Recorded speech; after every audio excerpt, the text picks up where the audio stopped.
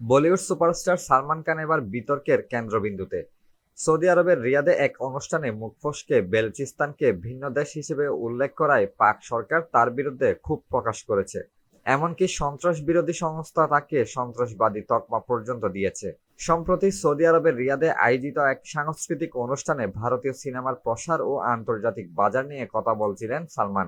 সে সময় তিনি বলেন, হিন্দি সিনেমা সৌদি আরবে মুক্তি পেলে তা সফল হবেই, কারণ এখানে বিভিন্ন দেশের মানুষ কাজ করেন, যেমন বেলুচিস্তানের, আফগানিস্তানের, পাকিস্তানের মানুষেরা।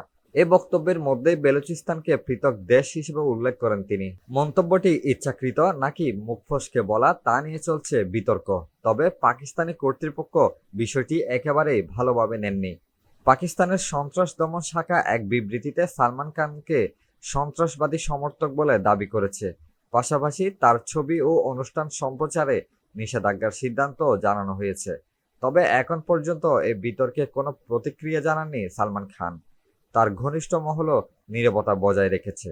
সূত্র মতে বিষয়টি নিয়ে এখনই কিছু বলতে চান না এ সুপারস্টার।